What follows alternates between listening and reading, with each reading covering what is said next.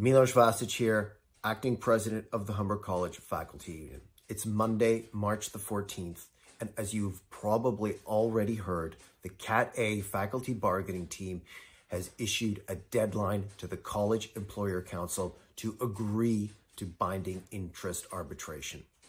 That deadline is set for end of day, Thursday, March the 17th. If the CEC allows the deadline to pass, faculty across Ontario will commence a full-on picket line strike on Friday, March the 18th. Now, before I go any further, let's take a moment to unpack what is happening. The faculty bargaining team is not threatening a walkout to get our demands. Instead, we are seeking to convince the colleges to accept a neutral, fair, third-party arbitrator end this round of bargaining. Someone who will take the best of the college's proposals and the best of our proposals and blend them into a final agreement. This is something that faculty have been proposing for months, but the colleges have refused to entertain it, just as they've refused to meet us at the bargaining table. And when the day of arbitration comes, and oh, it will, faculty can rest assured that our proposals are both legitimate and reasonable. We're talking about more time for preparation and evaluation. We're talking about greater stability and less precariousness around partial load contracts. We're talking about clear definitions and parameters around counseling work. These are low-cost proposals that improve students' learning conditions just as much as they enhance our working conditions. And as we've seen from Humber's corporate communications, our concerns are met with indifference and gaslighting. The pandemic might be waning, but I would say that there is an epidemic in the college system of indifference and gaslighting. Now, I know the questions that must be going through your head right now because they are the same questions that I am asking myself. Namely, what about work to rule? Wasn't work to rule meant to break through that wall of indifference without having to resort to a strike? I can tell you that work to rule at Humber is working. Unfortunately, it appears that the colleges are planning a major counterattack against which we need to defend both ourselves and the system as a whole.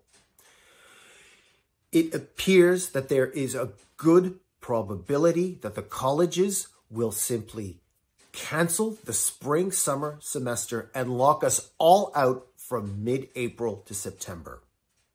This is not idle fear-mongering.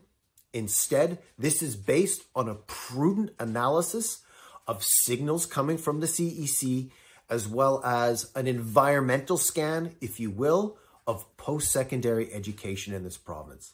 The variables at play are plummeting international enrollment, forecasts of how much the colleges will save by canceling the summer, and most importantly, the upcoming provincial election, which means that there will be no sitting government of any political stripe for quite some time. In which case, we have a very short window of opportunity while students are still in class and a government still sits at Queen's Park to resolve the impasse and avoid the catastrophe scenario. And I get that none of this is fair. It's not fair to faculty, and it certainly isn't fair to students. So you can be mad at me, you can be mad at the bargaining team, but you must be furious at Chris Whitaker and the other college presidents whose stonewalling has left us no choice but to force our hand.